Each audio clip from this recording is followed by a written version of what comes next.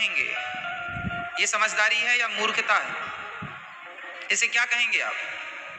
यदि आप इसे प्रेम कहते हैं कि ये पिता का पुत्र के प्रति प्रेम है, तो इस प्रेम से भी तुमको मिला क्या? पागलपन मिल गया। ये पागलपन पाने के लिए तुमने प्रेम किया था। उस प्रेम ने तुम्हें दिया क्या? पागल बना के छोड़ दिया। हाँ या ना? इसलिए संसार के लोगों के संग व्यवहार किया जाए, प्यार ना किया जाए। यदि प्यार करोगे तो परिणाम यही है।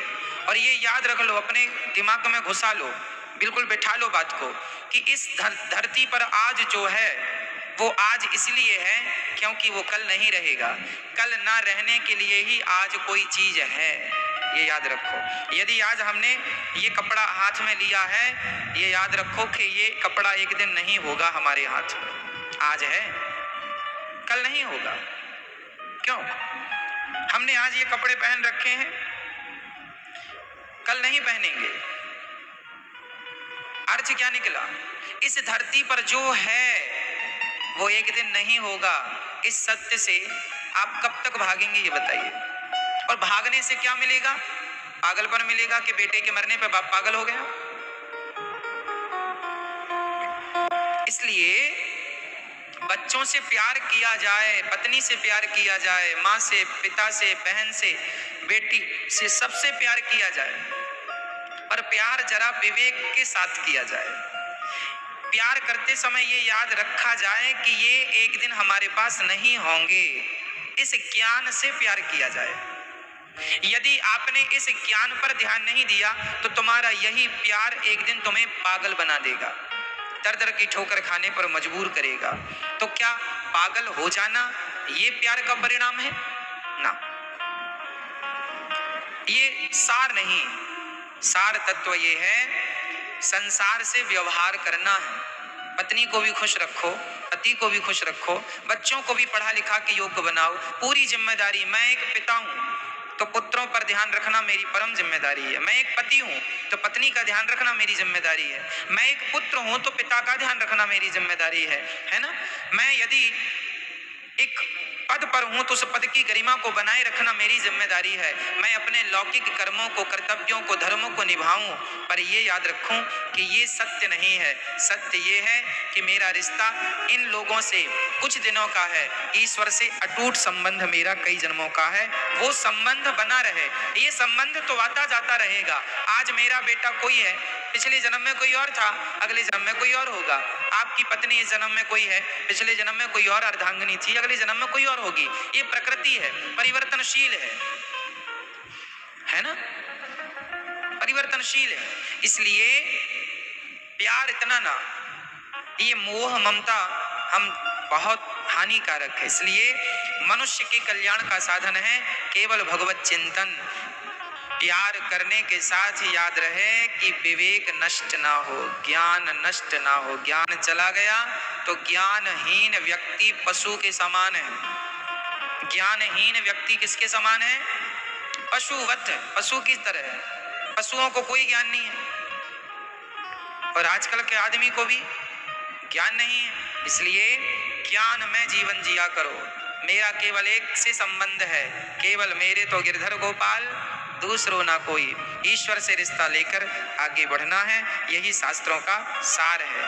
प्रश्न खड़ा हुआ कि भगवान, अब सवाल मेरा आपसे है, आप कौन से हैं? भगवान से मांगने वाले या भगवान को मांगने वाले?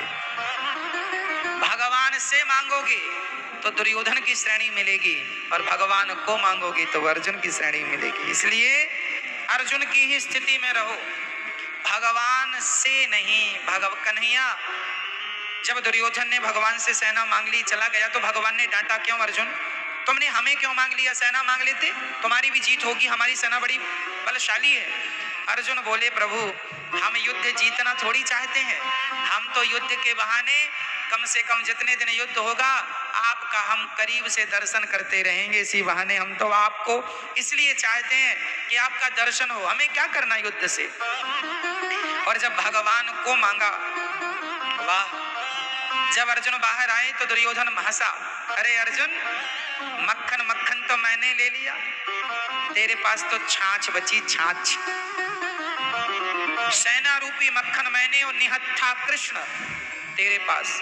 अर्जुन ने कहा, अरे दुर्योधन भैया, यदि माखन आपने ले लिया तो क्या हुआ? माखन चोर तो मेरे ही पास है, जहां भी होगा चुरा लेगा। माखन किसी के भी पास हो, माखन चोर तो हमारे पास है। तुम भले कितनी भी बलशाली हो, आप कितने भी ताकतवर हैं, कितने भी बलवान हैं, शक्ति संपन्न हैं, और आपके पास भगवान की कृपा नहीं है तो जीत संभव नहीं। इसलिए जीत उन्हीं की होगी जिनके साथ भगवान होंगे। इसलिए सेना हो, ताकत हो, पैसा हो, ये जरूरी नहीं है, भगवान की कृपा हो ये आवश्यक है। महाभारत का युद्ध हुआ और अर्जुन की अद्भुत जीत हुई। दुर्योधन मारा गया, दुर्योधन की जंघा तोड़ दी और दुर्योधन मारे गए।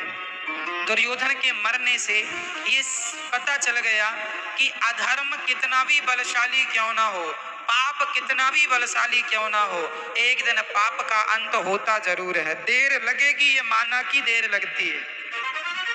द्रौपदी की साड़ी खिंची थी 12.5 साल पहले। भाई द्रौपदी की साड़ी चीर हरण हुआ, उसके बाद पांडवों को 12 साल का वनवास, 1 वर्ष का अज्ञातवास, 13.5 साल पहले। ये जो महाभारत हुआ ना, ये जुआ खेलने की डेट से ठीक 13.5 साल बाद ये महाभारत हुआ। दुर्योधन ने जिस दिन जुआ खेला था उसी दिन उसकी उम्र बची अब मात्र 13.5 साल।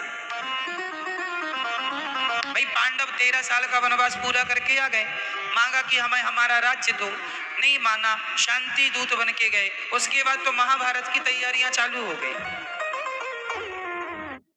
महाभारत लड़ा गया। राम जी ने अयोध्या छोड़ दी, अपना अधिकार छोड़ दिया कैकेयी माँ के कहने से।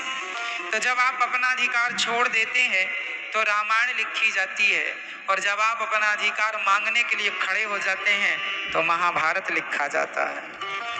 अधिकार मांगेंगे तो महाभारत। आज भी देख लो ना, आप अपने भाई से जरा मांग लीजिए कि ये भाई हमारा भी तो इस पे अधिकार, भाई तन के खड़ा हो, हाँ तेरे ही है। जबकि उसी एक पिता की संपत्ति पर दोनों भाइयों का हक होता है कि नहीं, चारों भाइयों का अधिकार होता है कि नहीं।